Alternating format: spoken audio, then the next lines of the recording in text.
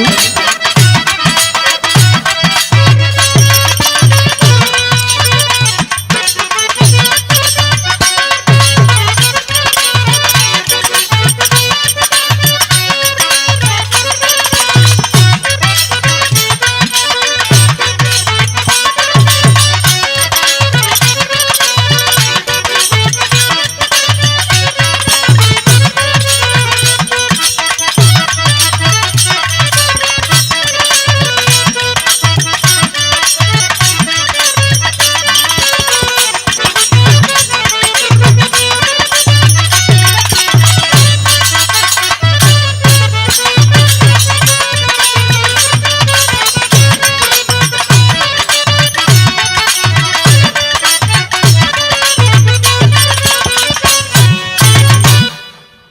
हाँ, बड़ी खूबसूरत गीत आप लोगों के सुने के मिलल बिरहा के जवाबी मुकाबला में रजनीगंधा जी की ओर से बड़ा बढ़िया बढ़िया गीत सुनौलिन। इठे धुन गा के कहलिन कि बड़का गौया मानव कब कि जब एकर जवाब देवा तो हम का कहें, हमारे समझ में ना आवत बा।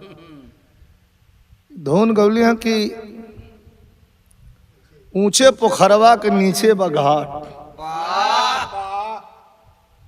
बंगला मन भावेला। ये कुल हमल लिखे के ना है, न कवि से लिखवावे के। एकर जवाब सीधा सीधा हो। मंच रहत तो गाय के दे दी, लेकिन ये मंच ना हो। ये कितने बतिया के तो हम एक जवाब देते। एक जवाब यह है कहीं लिख लिया और जेके गावे के हुई वो लिख ली। तो आ रहा कि ऊंचे पोखरवा के नीचे बघाट।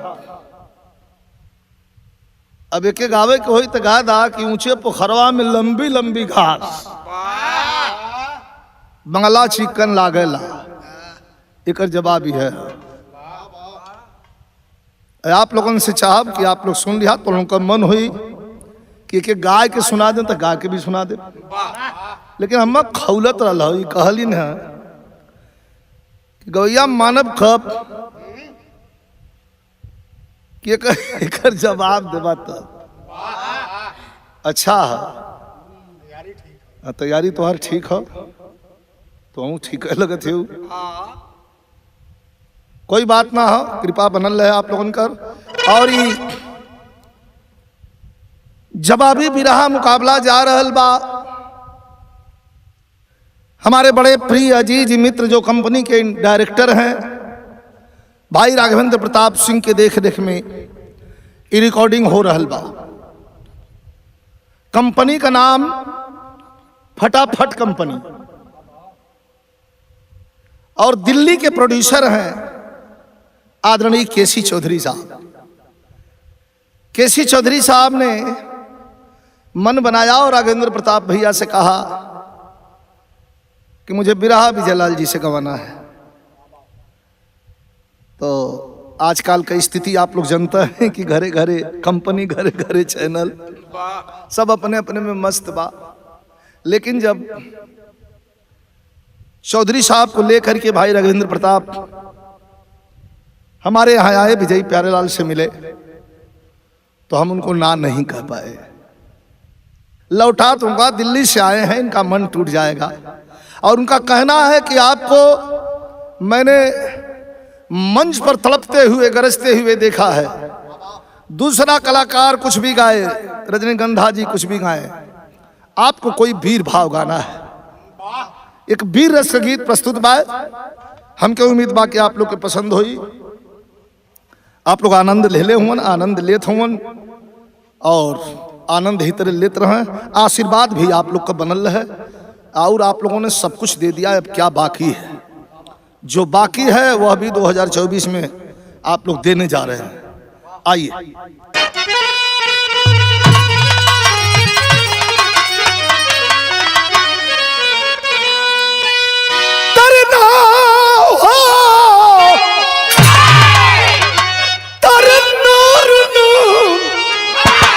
हाँ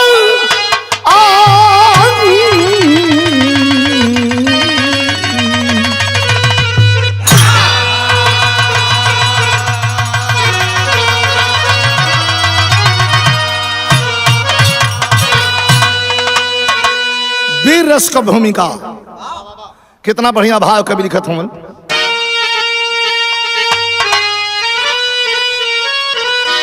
तो शक्ति विमलावती रत्न गर्भावती बन भयंकर सियागर में लेती उमंग है। और तरुण विकट व्योम लोहित धरा है।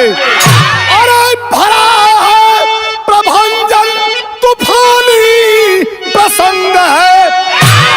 अथक शक्ति सागर उजागर बना है। और गर्वित भूकंप कम तालिम तरंग है। और रंगत भरी उस जवा के जवानी में अरे लोहू लहरता सदा यंग यंग है।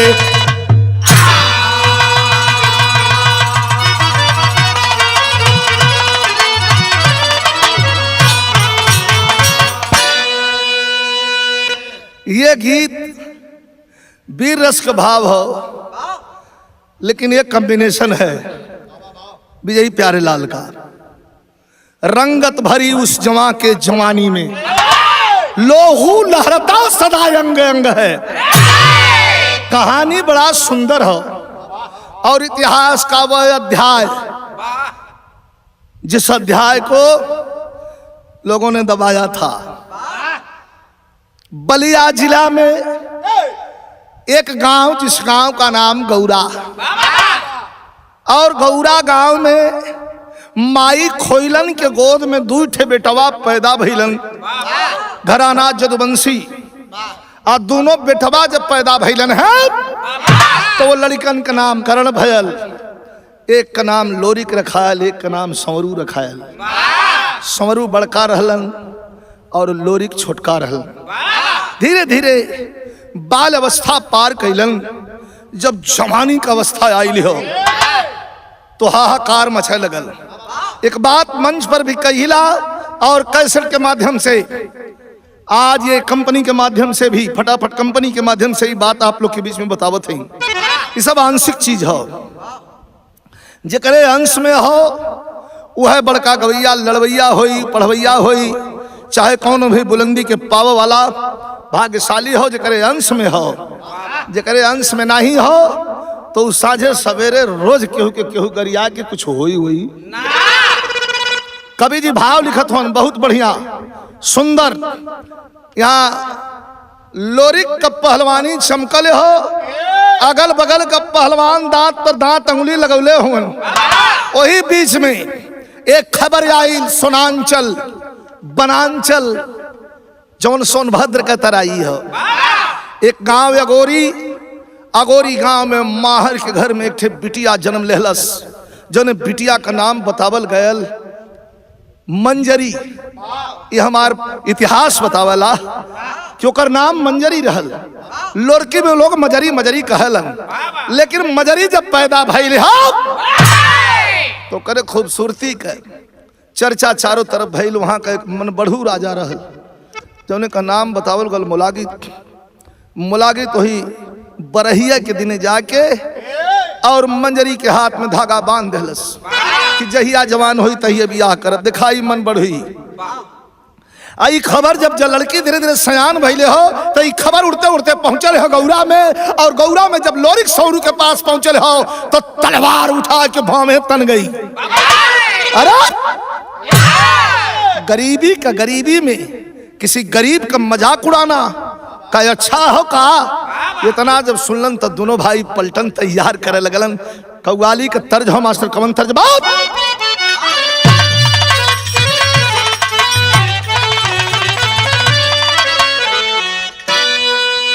वाह, बड़ी सुंदर कव्वाली। अभी रजनीगंधा सुनौलिन है। मेरा दिल तोड़ने वाला आप नहीं होते शायद कोई और होता। बड़ी अच्छी पकड़, आपकी बड़ी अच्छी है, पकड़ती बड़ा बढ़िया है। इसी तरह पकड़ा करिए और बिरहा जगत को आगे बढ़ाइए। लेकिन हवाली का तर्ज एक दूसरी हो, ये तो गा देलू, अब एके भी तैयार करा जो हम गाओ जाते हैं।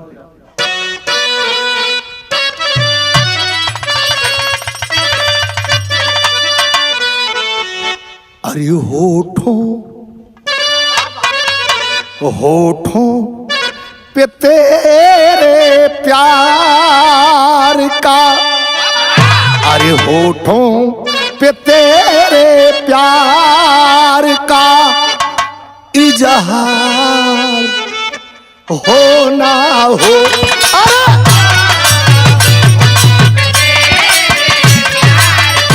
कौन अल्लाह है?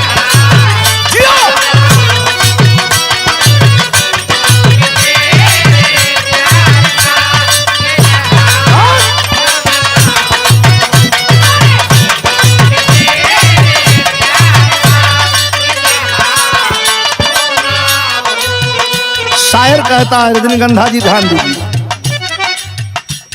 अरे होठों पे तेरे प्यार का इजहार हो ना हो।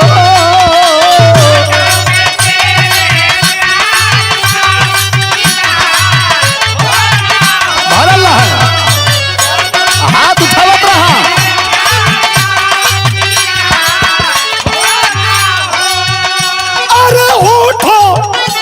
अरे होठों पे तेरे प्यार का इजहार हो ना हो। हम कर चुके हैं प्यार, हम कर चुके हैं प्यार। अरे तुम्हें प्यार हो ना।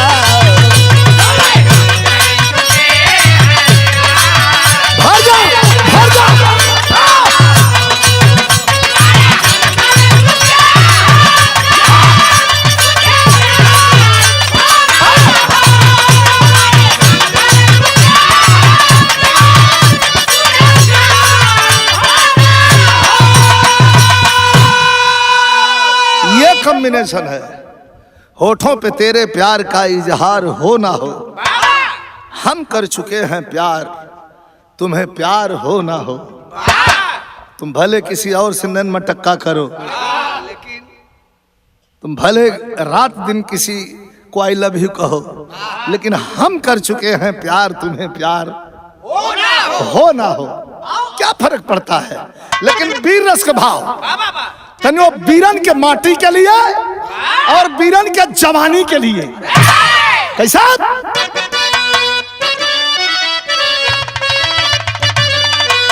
मौत तक कई थे हो, जिंदगी कई किस्म से आदमी जियत हो। कोई इज्जत का रोटी खा के इज्जत का जिंदगी जियला, कोई के इज्जत से मतलब नहीं हो, वो दुनिया का धन अर्जित कर चाहत हो, चाहे भले केहू का जाने ले लेवे के हो। लेकिन असली दिलदार दुनिया में के हो? यही कवि का कहना हो कि अहले, अरे अहले वतन पर जो मरे, कि अहले वतन पर जो मरे दिलदार होता है।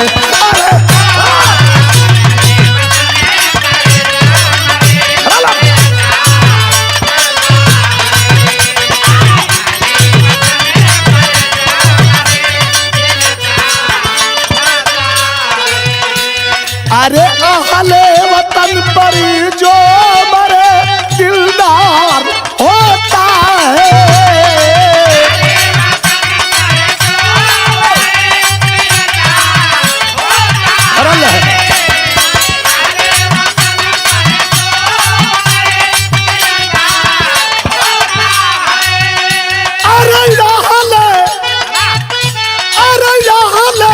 वतन पर जो मरे दिलदार होता है।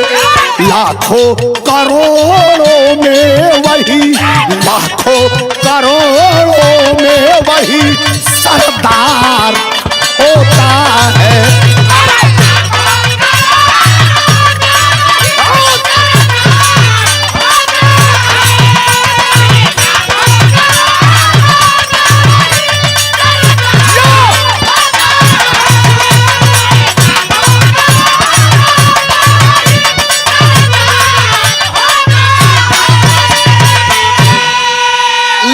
कवि का नसीहत बिरहा के अंदर वीर भाव हो और एक अजब किस्म का बिरहा हो। बहुत आप लोग बिरहा सुन ले हुई तमाम हमारे मुंह से और कलाकारन की ओर से सुनलन, जे जहां से खोजलस वहां से लिखलस वहां से गौलस, लेकिन ये नई खोज लोरकी कहो।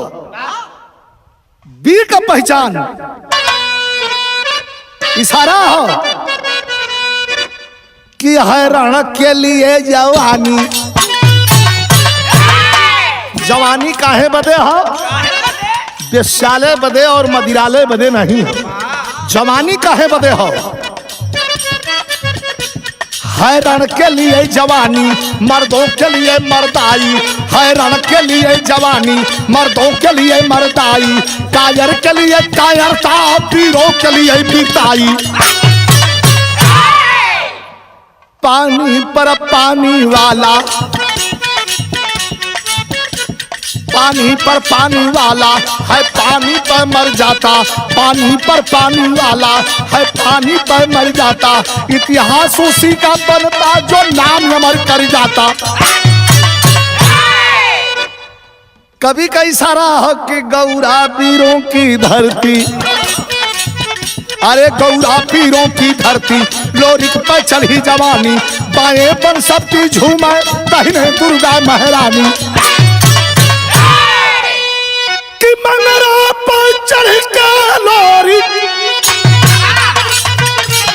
जब जब तेगा चमकावे, रण छोड़ के भागे दुश्मन, छिप छिप के जान बचावे। वहां में खलल अखाड़ा, जब लोरिक चोरिया जमावे, सूरज उगने से पहले 10 पत्थरों लावे।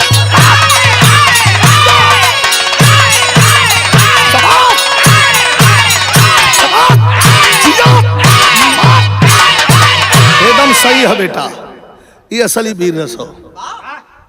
देखा रजनीगंधा, ये वीर रस हो। ये बल दे के गावे के चाहिए वीर रस। और तोहरिया बदना है और कलाकारन बदे भी हो।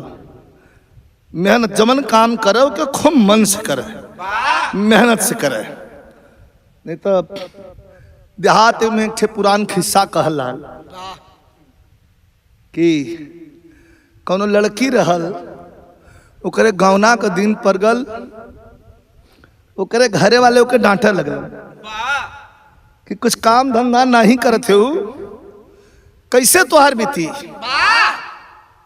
काम धंधा ना करते, हमारे सहूर ना है तो गाल बजावे आवेला ना हमार बीत जाई। देखा, गाल बजौले से और काम करके सबके नजर पर चढ़ गई से दोनों में बड़ा अंतर हो। काम वह करे जो सबके नजर में चढ़ जाए, आदमी सबका प्रिय रहे।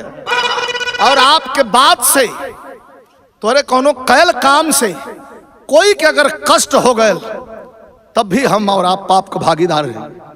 यही लिए कहना हो कवि का कि बोहा में खनल अखाड़ा, अरे जहां लोरिक जोर यजमावे, सूरज उगने से पहले 10 पट्ठा रोज लड़ावे। खबर आ गई कि अगोरी में एक लड़की हो, ओके जन्म तो बरहिए के दिने कोनो वहां का राजा मोलागित हो, ओकर हाथ में धागा बांध ले हो, उसे बियाह करे बदे कहत बा। अब लड़किया जवान हो गई हो, मोलगिता धीरे धीरे लटकत हो। समरू दादा सुनलन त लोरिक से बुला के कहलन कि देश में हल्ला कौने बात कह तो पता है लोरिक? कहा नहीं भैया बतावा। तो वह बतौले हुन, तर्ज बड़ी बेजोड़ी लगल। एठे हमारा और हमारे भाई के फिल्म आई रहल, देशभक्ति फिल्म रहल बॉर्डर, वही में ही गीत रहल, हीरो हीरोइन पर फिल्म आवल रहल। कैसे?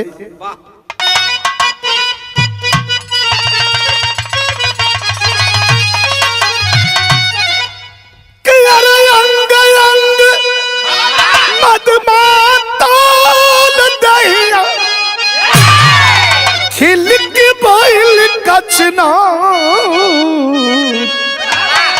अरे भंवरा बन के आजा राजा,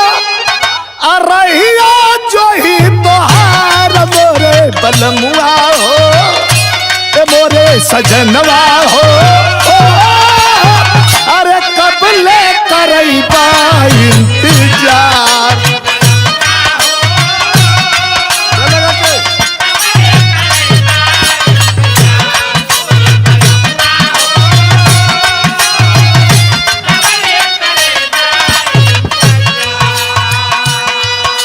रस का लाइन यही लाइन में लिखल बा। समरू दादा लोरी से कहत अरे पागल देश में का हल्ला है पता है का हल्ला भैया बताओ बा। अरे सारा भयल बा चौहद्दी में लोरी का फिलहाल,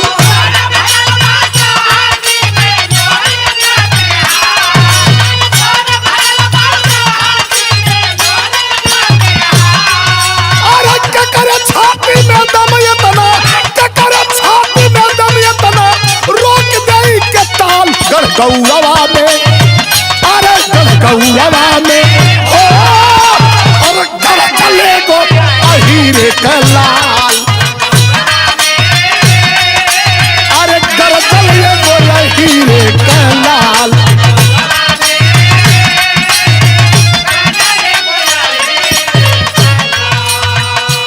लोरिक सौरू दादा बताओ था लोरिक सुना हम भी बताओ था जमाने में याद रहे कमन बा संगी बड़ियार के हुना,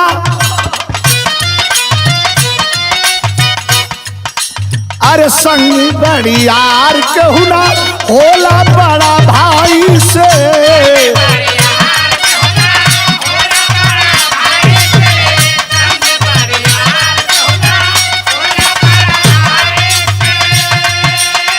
सबसे बड़ियार संगी धरती पर के हो बड़ा भाई। इधर सिंचरो जसवरू दादा, सिंचरो जसवरू दादा, अरे दुधावा मलाई से, दुधावा मलाई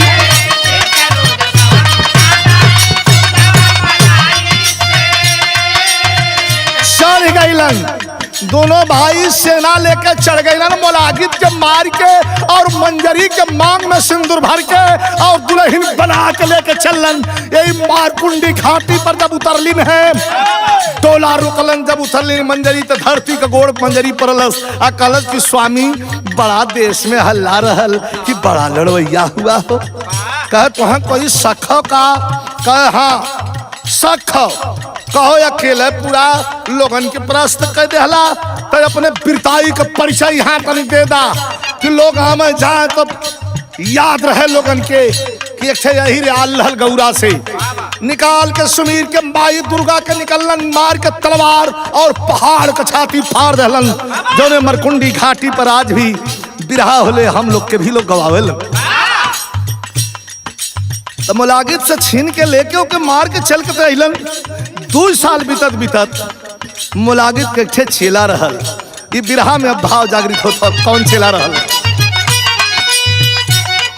अरे इधर मोलागित, अरे इधर मोलागित का पट्टा मन मनता जोश संभाल,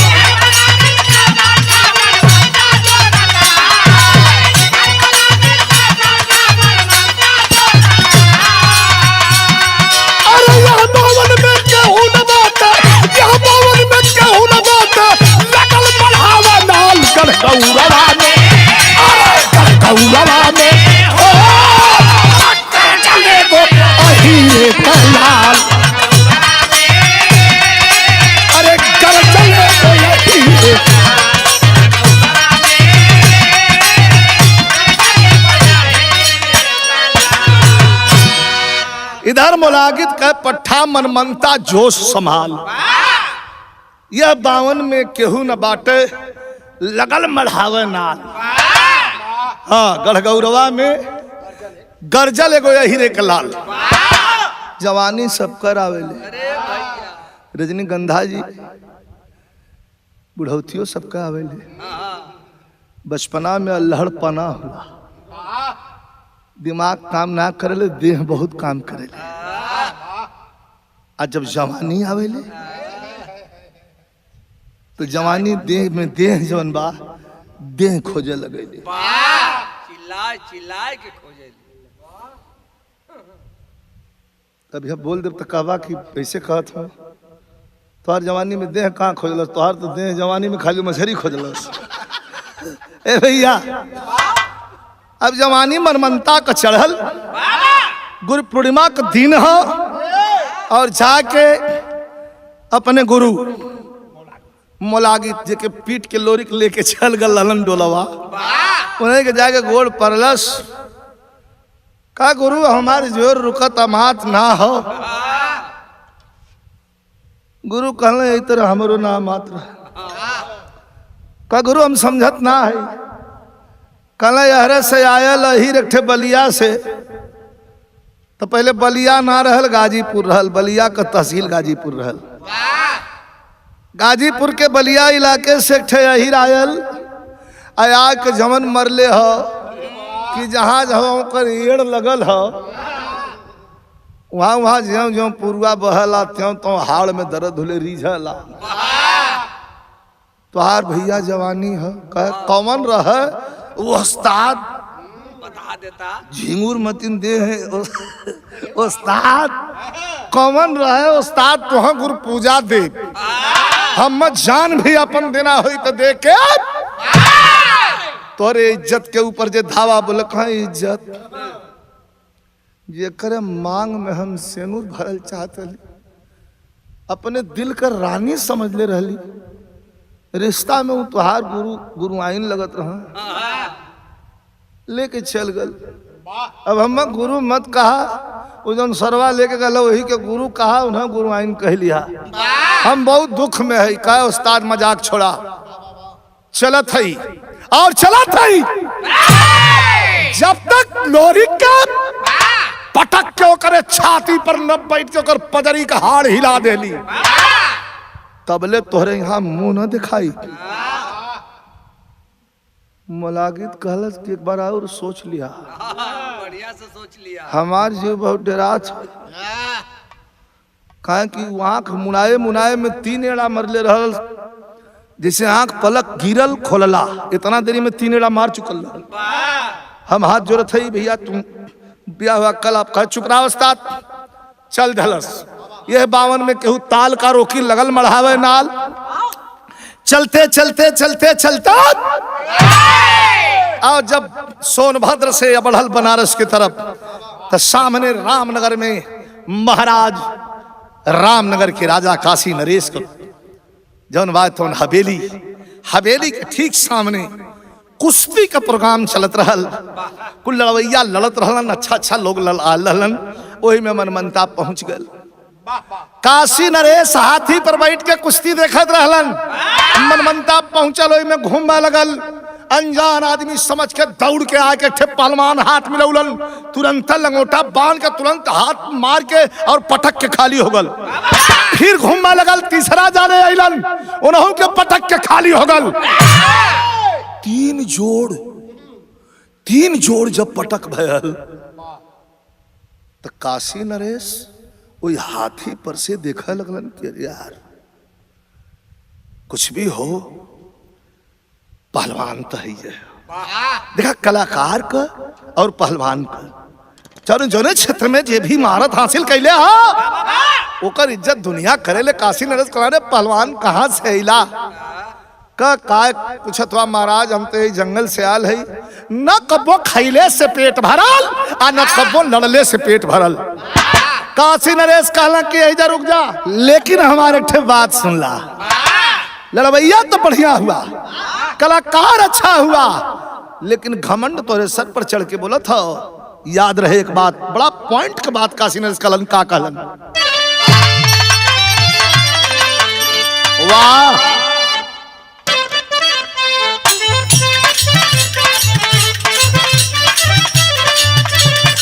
तर्ज से बढ़िया फर्ज हो हम कहिला अरे 3 चीज नहीं बस में रहेला।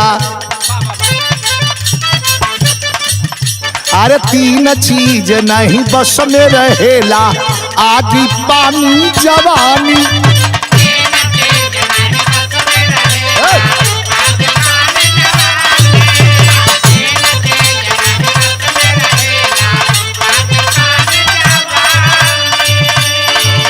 अरे केतनो रोकी के रखबा ये बबुआ, केतनो रोकी के रखबा ये बबुआ, फनिए न जाई छानी।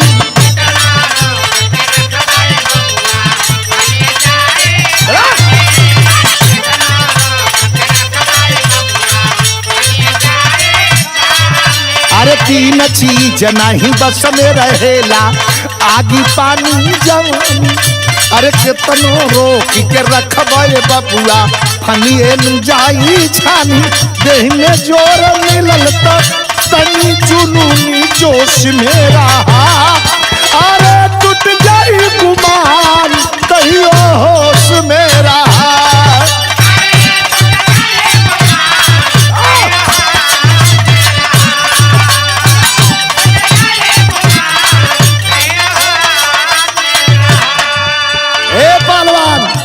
काशी नरेश कलन रुका, यही जरा तो तुहार जोड़ नहीं हो, हम जोड़ देव याद रहे। जिसका न जोड़ मिले पूरे संसार में, उसका मिल जाता भोले बाबा के दरबार में। तुहार जोड़ मिली, लेकिन याद रहे का, अरे लकड़ी के खाई जाला, अरे लकड़ी के खाई जाला, छोटे छोटे घून हो।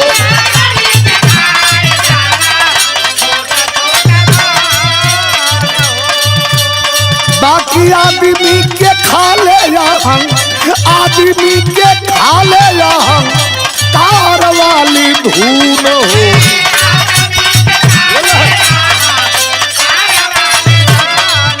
अरे काशी नरेश के घर पर खाके कहाँ लगा मन ममता, पूर्वांचल में जोड़ के रोकी हमारे संगे हनुमंता।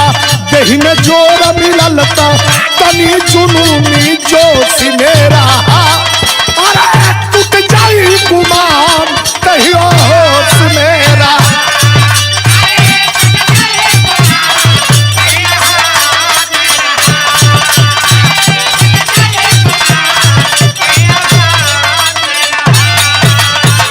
काशी नरेश समझा के और कलन के रे पहलवान, पार मन कर था तो यही रहा, यहाँ पेट भी भरी और लड़वैया भी यहाँ मिली हने से कि जिसका न जोड़ मिले पूरे संसार में, उसका मिल जाता भोले बाबा के दरबार में। 1 महीना रहल तो आप लोग जनता हुआ कहे कि नहीं हवा होला, 4-6 जाने के पटकले के बाद मनमनता का इतना हवा हो गल कि नीक नीक लड़वैया डरन हथवे न मिला।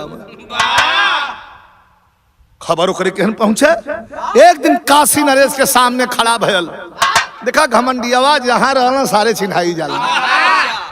जाके काशी नरेश के सामने कहता है महाराज ऐसा न हो, कैसा न हो, कहा कि ऐसा न हो कि बड़बड़ जने का कसल लंगोटा लड़ाई में हमसे छूट गयल, लगा लग कितना बावन में कुल चलत लखाड़ा टूट गयल, लड़ाई योग्य है महाराज। काशी नरेश से कहलस कि महाराज लड़ाई योग्य है महाराज, न पट्ठा कोनो पाईला, यही पेड़ में धक्का मार मार के आपन जोर अजमाईला। हम क्षमा कदा, छुट्टी कदा हमार, हम जाई, यहाँ कोई लड़वैया हो ना। काशी नरेश के कलेजे में जैसे तीर उतरा, वही तरह बतिया तीर मथिन चुभल। तो कभी का कहना हो और तर्ज बड़ी बेजोड़ हो मास्टर, हमारे उस्ताद वाली हो।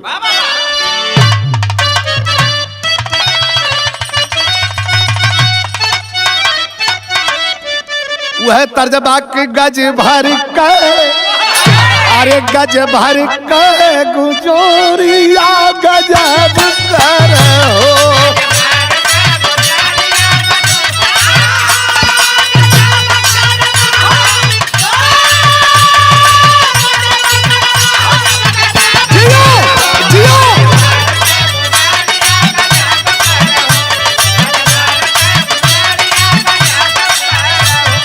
लेकिन कभी कथन की बतिया दिल में चुभ से हाय काशी नरेश के चुभल।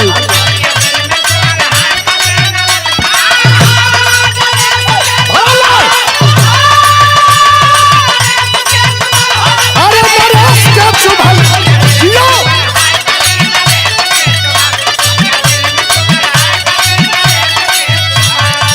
अरे एक गावना, अरे एक गावना सहारना पूरे देश में गुजल।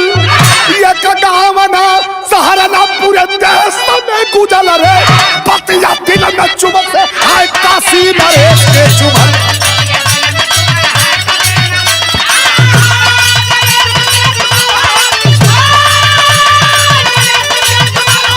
अरे नरेश के चुभल जियो जियो।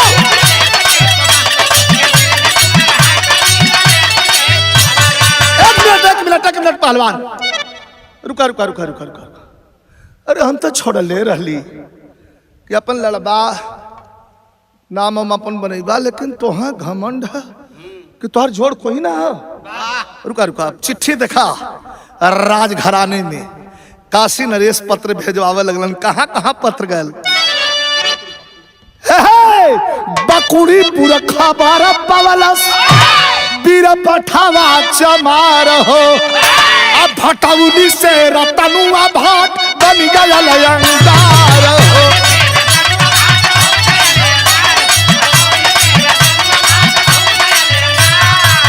अरे बान वेद है, अरे बान वेद है वह बमरी नरेश के चुभल। रे बतिया दिल में चुभ से है काशी नरेश के चुभल।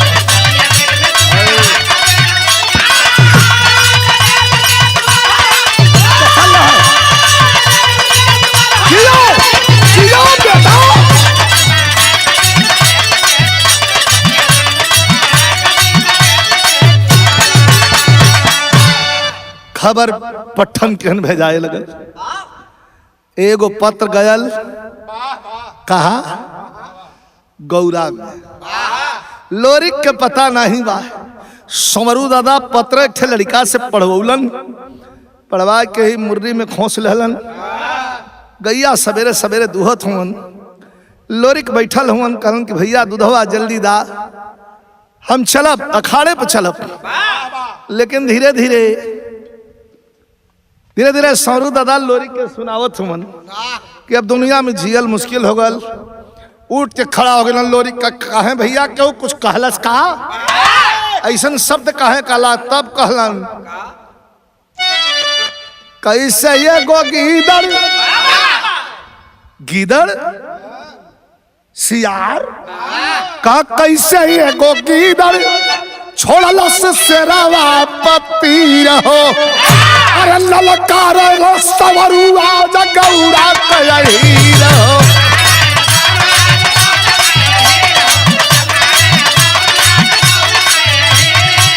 ए लोरी के तनो रोकबा, ए लोरी के तनो रोकबा जवानी के आगोश ना रुकल। रे बतिया दिल में चुभ से हाय काशी नरेश के चुभल।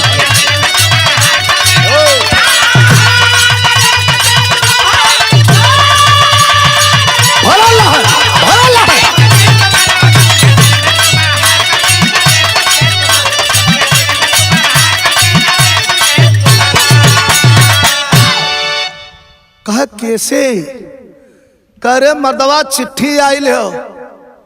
कहा कहाँ से चिट्ठी आयल हो। कह बनारस काशी नरेश का पत्र आयल हो। कुश्ती लड़बा तब पहलवान लोग थोड़ा अस्कती होलन। कह भैया यह रहत गाजीपुर मऊ आजमगढ़ तक रहत अब हो दे बनारस बहुत दूर है कि जाई। कहला रे मर्दवा चिट्ठी काशी नरेश के आइल हो। हमन कर राजा हूँ। राजशाही सल्तनत भले खत्म हो गई हो, लेकिन कुल कुछ राजवाड़ा घराना हो जो जीवंत हो, आज भी जिंदा हो। काशी नरेश का आदेश हो, एकर पालन करना पड़ी। कहला रे भैया तू भाई दूधवा दा पी के हम चल। तब आँख तरे के सौरू दादा कहलन लोरिक से मर्दावा सुना है क्या कहलन। अरे बेटू पेट के अनामी मारे नाम के कि आई ये लोरी जवानी कवन काम के।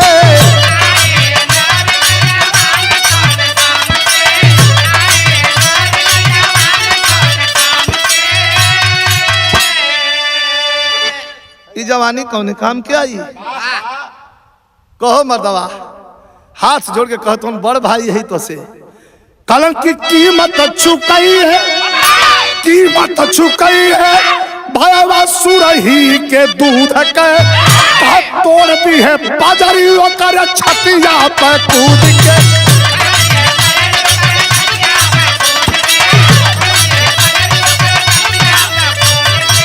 बाकी मन में जपत रहिया, घमंड मत करिया, अरे मन में जपत रहिया वही वीर हनुमान के की आई ये लोरी जवानी कवन काम के।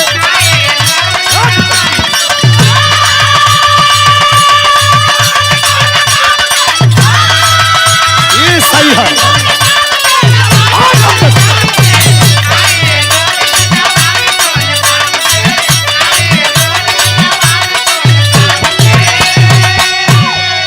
कुछ ना मंगली, खाली खियावत चल गई। कीमत चुकई है भैया सुरही के दूध के। तोड़ दी है पजरी करे छतिया पर कूद के। बाकी याद रहे घमंड में पागल हो, मन में जपत रही है वीर हनुमान के। हनुमान जी का हमेशा ध्यान स्मरण कर करिया। और तू काहे परेशान हुआ? अकेले थोड़े चलना, तुम्हार पूरा टीम समाजवाद की स्थापना सबसे पहले कलयुग में वीर लोरिक ने किया। जानते हो उनके अखाड़े में के लड़वैया रहल? उनको उस्ताद रहलन लड़ा वाला अजय धोबी। अजय धोबी उस्ताद रहलन। शागिर्द लड़े वाला लड़वैया घंटों लड़के लोरिक का जोर करा वाला वीर बांठा चमार।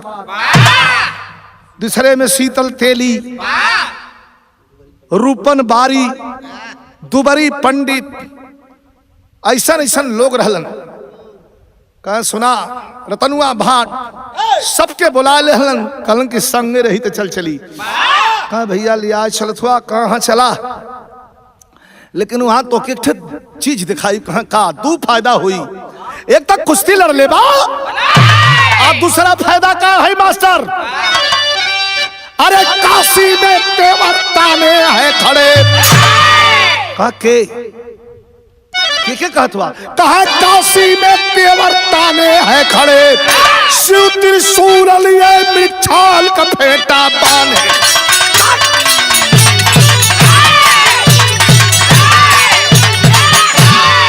शिव त्रिशूल लिए मृक्षाल का फेंटा बांधे, काशी में तेवर ताने हैं खड़े। अवधूत विश्व वंदिते असुरन का दल हतंत थे, त्रिशूल कर में धार के बाघंबरी समार के। जहाँ भगवान भोले शंकर खड़ा हुवन उनका खाली दर्शन कैले बा तो कुल शंका मिट जाई। चल के पटकला काशी नरेश का मान रख ले के हो। कब ना मन बात चला अलन आया के गंगा जी के पानी में स्नान कैलन कुल वीर के संगे। आके शंकर भगवान के जल अभिषेक कैलन है। और जल अभिषेक कैले के बाद भस्मी भभूत रमा के जब चलन है तो तनी सा हमारे उस्ताद वाली बात यहाँ लगल हो। ये बिरहा से अलग हो, ये उस्ताद वाली बात है। तनी सा कोमल लगावा।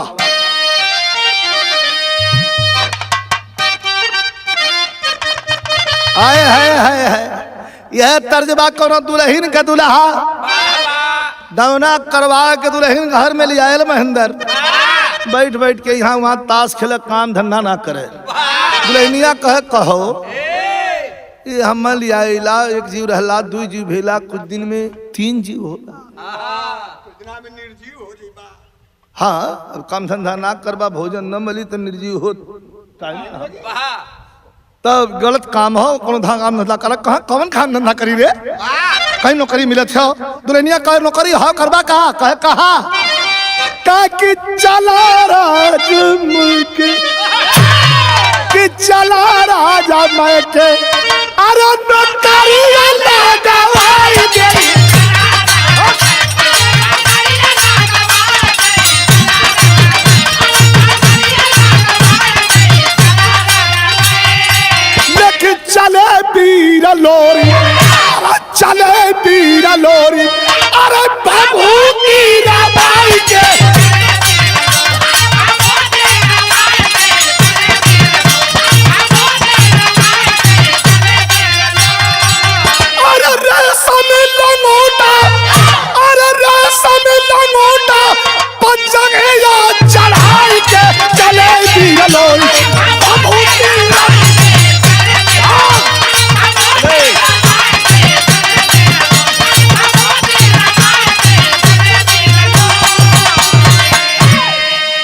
पहिलवा वही घाटावे पर दर्शन कर के अलन और नैये में खड़ा होके मलहवा ताकत हो कनखिया कह भैया तोलन पहलवान हुआ का नहीं हमर न ठई पाड़ा की न थई करे भैया मजाक मत करा भैया देखे में पहलवान लगत हुआ लो कल सारे मऊर पहले ओवर कर जौन तोर काम भाई ना खे हट और तुरंत जौन हा लंगोटा जंगिया वही नैये पर लोग चढ़ावे लगल आ गइलन यह पार तो कहना कैसे कि राजा के दरबार में गइले आई अरे मन मनता दंगल में रहा गुरलाई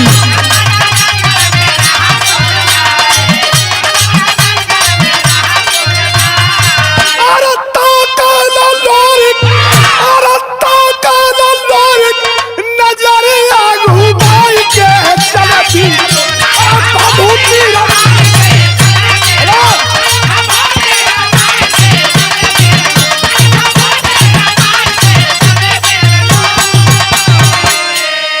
लड़वैया लड़त हमन दंगल एकदम सबाब पर हो घड़ी 2 बजौले 2 बजत हो सबका नजर वही मनमनता पर हो पहिर के लंगोटा जंघिया जौन बात अखाड़े पर भाजत हो काशी नरेश हाथी पर बैठल रहलन वही काशी नरेश कोई ताक के 2 बेर ठोक दलस ताल काशी नरेश गुस्सियाए लगन खलन अरे यार ये हम वहीं से लड़ी कहा कैसन हम मत के ताल ठोकत हो इतने में आगे समरू पीछे लोरिक उनके पीछे अजय धोबी उनके पीछे रतनुआ भाट वीर बाठा चमार शीतल तेली दुबरी पंडित एक लाइन से लोग आके जो लहो तो सबसे पहले अखाड़ा के सामने खड़ा हो गई चाकर चाकर छाती गुल्लर मतिन कपार अंठाइल दिने लड़वैया चिन्हाए जलन गवैया भी चिन्हा जाला गवैया बढ़िया गावे वाला हो तो उ जो न हो तो हा भाव न करी एक आठे बनटियावा हुवन उ बनावटी अंगूठी 8 अंगुरी में पहले हुवन एठे अंगूठो में डाल लेले हुवन एक जना रहलन बियाह के पहले बारात में खाना चलावत रहलन उन्हें जन हो तो अंगूठी मिलल रहल नई नई तो चटनी चलावत रह तो चलावत चलावत कहे दिमियन से वो अंगूठिया दिखा के कि चटनी चाहिए चटनी लेबा चटनी अंगूठिया दिखा दो चटनी ना देते अंगूठिया चटनी लेबा तो एक जने वही में पहले रहना 7-8 गो भुजा दंड गुल्ली सोना का कुर्तवा निकाल के कन्हिया पे टांग के लेना लेके कहना भैया चटनी चाहिए तो कहना कि तब यही पर दे दा 7 गो सोना के तत गुल्ली देखल कहना एक गुल्ली ना बर्दाश्त हुई 7 गो बहुत बेजोड़ भगल वहां से महेंद्र कहता मनमंतवा हल्ला कैले बा अरे महाराज कोई लड़वैया नहीं हो फट देना का छुट्टी दा पैसा दा इनाम का रखल हो का इनाम रखल हो कि अरे काशी नरेश तब इनाम रखवावल अरे सर का मुकुट एक गधा बनावल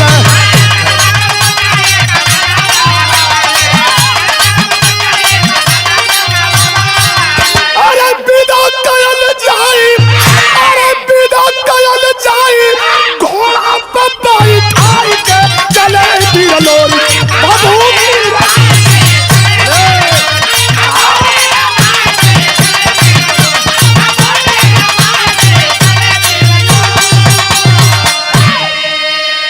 एक चांदी का गदा सोने का मुकुट और एक तुरंग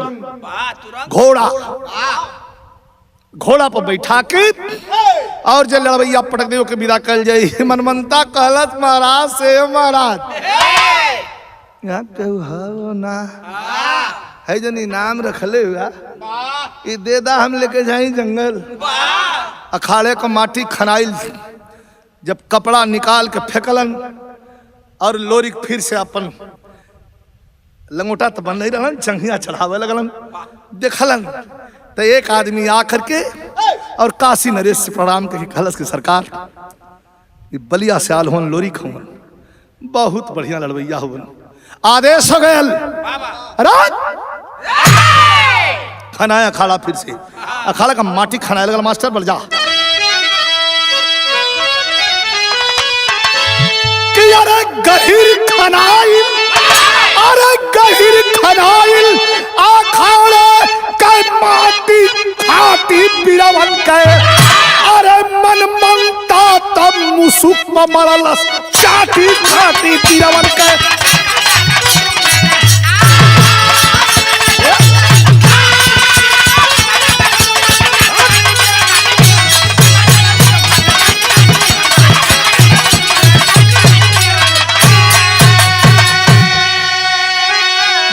जब मुसुक पर चाटी जब घूमल दंगल में दौड़ल दुई फेरा कि अब मखाड़ा खाना था महाराज के वहां का फेंक के चद्दर जौने समय लोरी दौड़ल चहलन। अतोले एक हाथ पकड़लस के वीर बाठा आ एक हाथ पकड़लस के रतनुआ भाट पकड़ लन। लोरी कहला कहा हो, कहला रे मर्दवा इ नरियात हो के जल्दी पटका दा, कहाँ घबरा मत। पहले हमहन आल है उतना देर से, तो हमहन कभी मान सम्मान देखा, पहले हमहन लड़ ले जा, तो फिर लड़ा तू गैला लड़े बदे तब कि पठावा वीर और भाट रतन हुआ, अरे पठावा वीर और भाट रतन हुआ, कुश्ती गैला हार हो और काशी नरेश के दिल के धड़कन करे लगल रफ्तार हो। दो जाने गईलन 3-3 मिनट में दोनों जाने की चीत कह के ठोक के जय बजरंग कह के जौन हो दौड़ल कहे महाराज अब केहू लड़े वाला हमसे तौले। अरे कहा मन मनता, अरे कहा मन मनता, अब का केहू आटी खाटी बिरवन के दौलत चढ़े अखाड़े लोरी कहला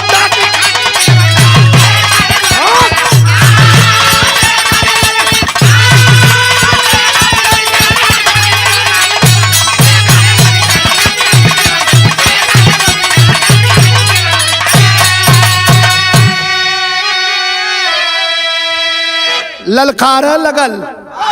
ए महाराज अब केहू ना हो, अब तौले दूजा ने पटकाई गलो गरमैला लोरी चढ़लन और देह पहलवान का बाह जब दुई फेरा यहाँ से मोड़ के और दौड़ के 10 ठेर याद कैलन, बम बम बम बम देह फूल के पोजीशन ले ललस। लोगन के टकटकी लग गई, अरे बारी लोरी इके हो यार जल्ला चढ़लन अखाड़े डांट के कलन सब कोई ताका लगल कि भैया देहिया सुघर ना हो, बड़ा रुआबदार हूँ, डांटत हमें क्यों देखले रहा ना, डांटत भी बड़ा बढ़िया हूँ। तो तनी आप भाव आल्हा का बदल गल हो, आइए हमार स्टाइल हो जैसे हमारे गाजीपुर में खानपुर बेलहरी में मोहम्मद हनीफ मास्टर ये आल्हा के गावलन। तनी से आप लोग मजा एकरे माध्यम से रिकॉर्डिंग के माध्यम से आप लोग ले ले जाए।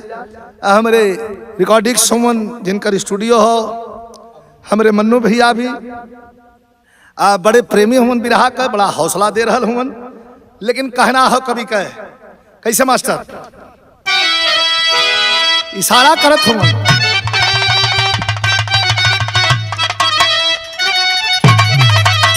इशारा करत हुन लोरी के रे पहलवान कि थोड़ी कया जला नदी आई तरानी,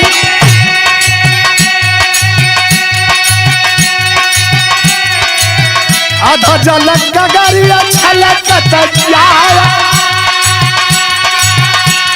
अरे काम पड़ल नहीं मरद से तोहा के, अरे काम पड़ल नहीं मरद से तोहा के, यही से गईला तू अनहराया।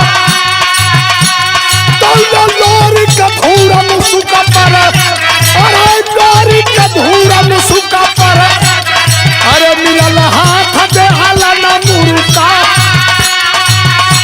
तो मिलल हाथ दे हाला ना मुरुका,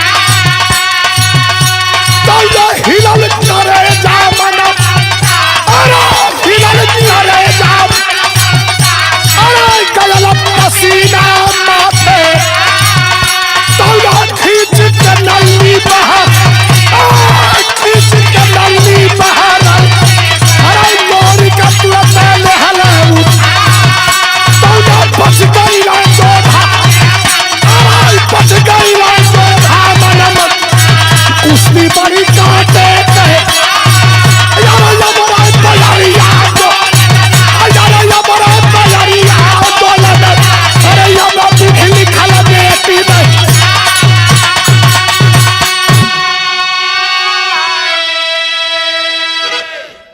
ए भैया कुश्ती होए लगल, कोई से कोई कम नहीं बा, दोनों जाने जुझ गल हुन, ए दाव पदाव, ए काट पकाट चलत हो।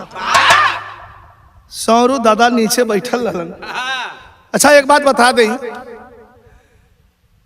कि जब लड़त हो वो तो ओके पता है हमें क्या करना है, ताल चुतरे पर बड़ा बढ़िया आदमी लगा ले, अगर ढोलक थमा जाई। ये भैया सौरू दादा नीचे से ललकार लगलन कि अरे लोरी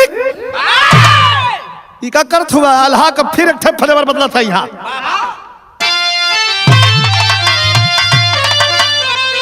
यह कहा था मन आंख में आंसू है, कहो मर्दवा 1 2 4 10 मिनट ना, तू 40 मिनट से लड़त हुआ, ये 40 मिनट रोक दहलस।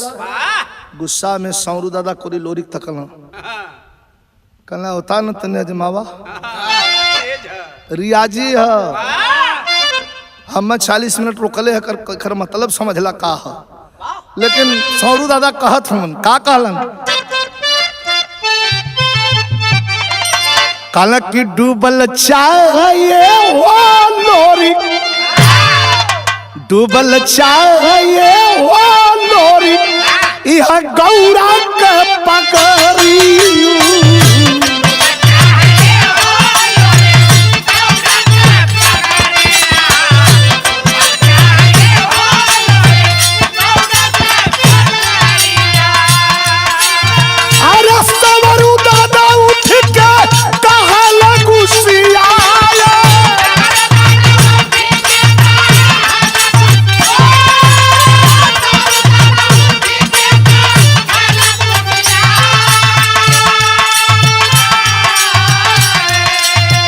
इतना देरी में कैसे टिकल पहलवाना,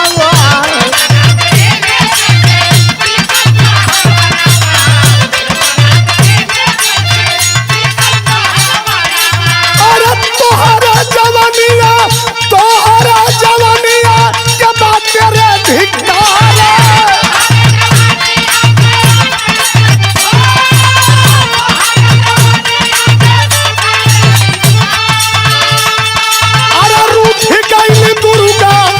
खाली बना सकती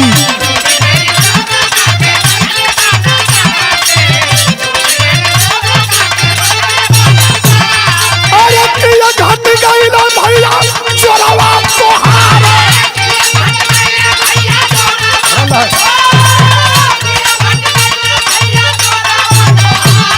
अरे ये तना तेरी ने कैसे टिकल पहलवाना,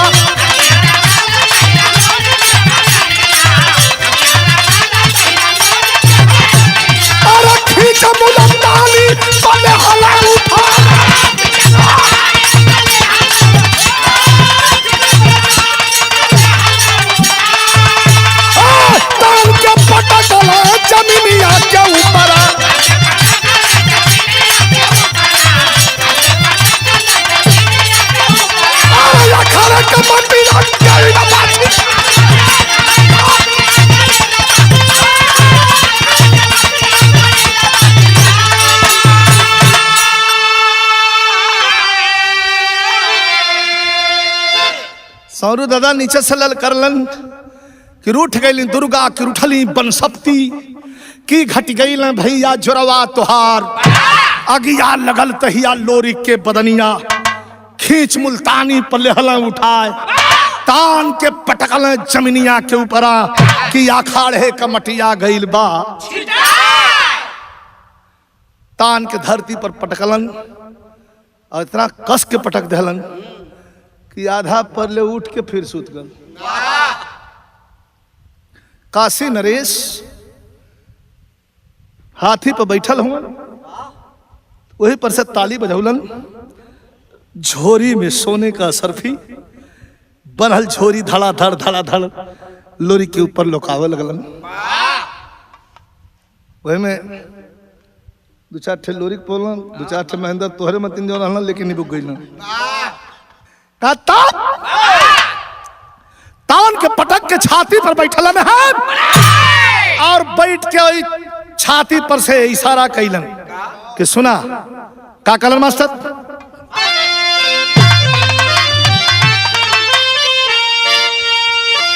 अरे कहला लोरिक, अरे कहला लोरिक, उड़बे ताऊ खारब पखिया के तकियात, अरे तकियात फिर साजिन बनारस में उठा के अखिया।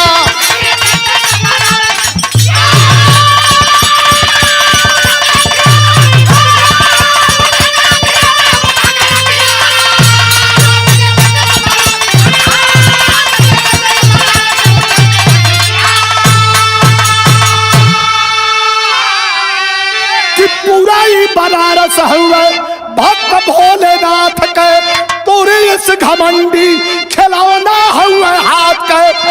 अरे अहंकार जो करबे तकतई बेनकिया, तकी है फिर से जिन बनारस में उठा के अखिया। ये पूरा बनारस यहाँ का कंकड़ भी शिव, पूरा ही बनारस हुआ भक्त भोलेनाथ के, तोरे अस घमंडी खिलौना हुमन हाथ के। अहंकार जे करबे तो कटेबे न किया। बनारस में बहुत लोग हुमन, अदर स्टेट से भी आके लोग बनारस में अपने रोजी रोटी और अपने मान सम्मान स्वाभिमान बदे रहलन जियलन। हम भी, हमारे घर गाजीपुर है, लेकिन अब तब विजयलाल यादव बनारस से लिखाला, बनारस में रहीला। लेकिन वो प्राणी, वो जीव, वो आदमी सबसे दुर्भाग्यशाली हो जौन बनारस में रह के भगवान भोले शंकर के जल अभिषेक न कैलस। जौन बनारस में रह के बाबा जो काशी का कोतवाल हुन काल भैरव का दर्शन नहीं कैलस, जब बनारस में रह के माई अन्नपूर्णा का दर्शन नहीं कैलस, और जब बनारस में रह के संकट मोचन हनुमान जी का दर्शन नहीं कैलस, तो करे मतिन दुर्भाग्यशाली आदमी है धरती पर कोई। ये गीत के माध्यम से जब बचल होई, अपने अहंकार में मस्त होई, अगला जन्म के बनावे बदे हमारी सारा हो कि अहंकार त्याग के वो दरबार में जाना बड़ा जरूरी हो। क्योंकि देखा मैं अपने भिखारी हूं, लेकिन उतना बड़ा दानी है धरती पर कोई नहीं है। लेकिन खुशी भई राजा तुरता वीरताई के जंग पर, लोरी के विदाई कैलन चढ़ाई के तुरंग पर। तुरंत कुल इनाम दहलन, घोड़ा पर चढ़ा के लोरी के विदाई कैलन। लेकिन कहना हो कि लाग गई मनमंता के बाद टक टकिया, टकिया फिर से जिन बनारस में उठा के अखिया।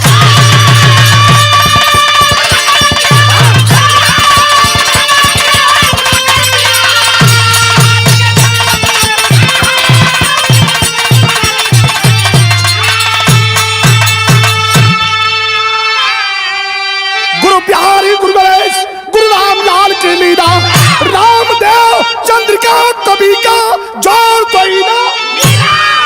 काशी में केवल ताने हैं खड़े, विजयी प्यारे लाल हरदम शिव को पहचाने। काशी में केवल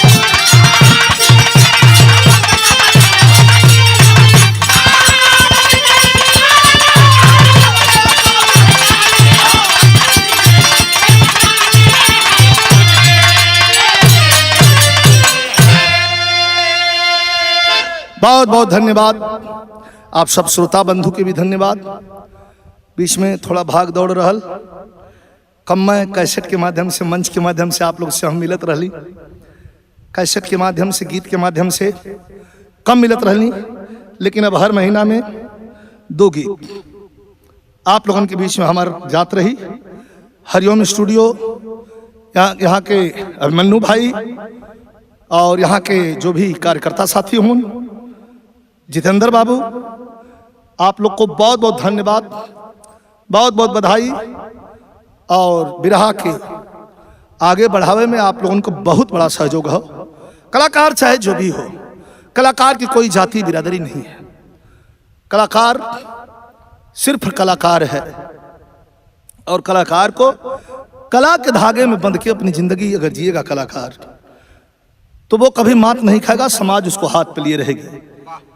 इसलिए हम ज्यादा कुछ न कहते हुए सभी श्रोता साथियों का अपने पूरी टीम की ओर से राजेश चौबे, सूरज कुमार, महेंद्र राजभर, हमारे बड़े भाई हीरालाल यादव जी और हमारे छोटे भाई बलराम यादव और ये महादेव चुंडी वाले संतोष, इस सब के तरफ से आप लोग के बहुत बहुत धन्यवाद। Thank you.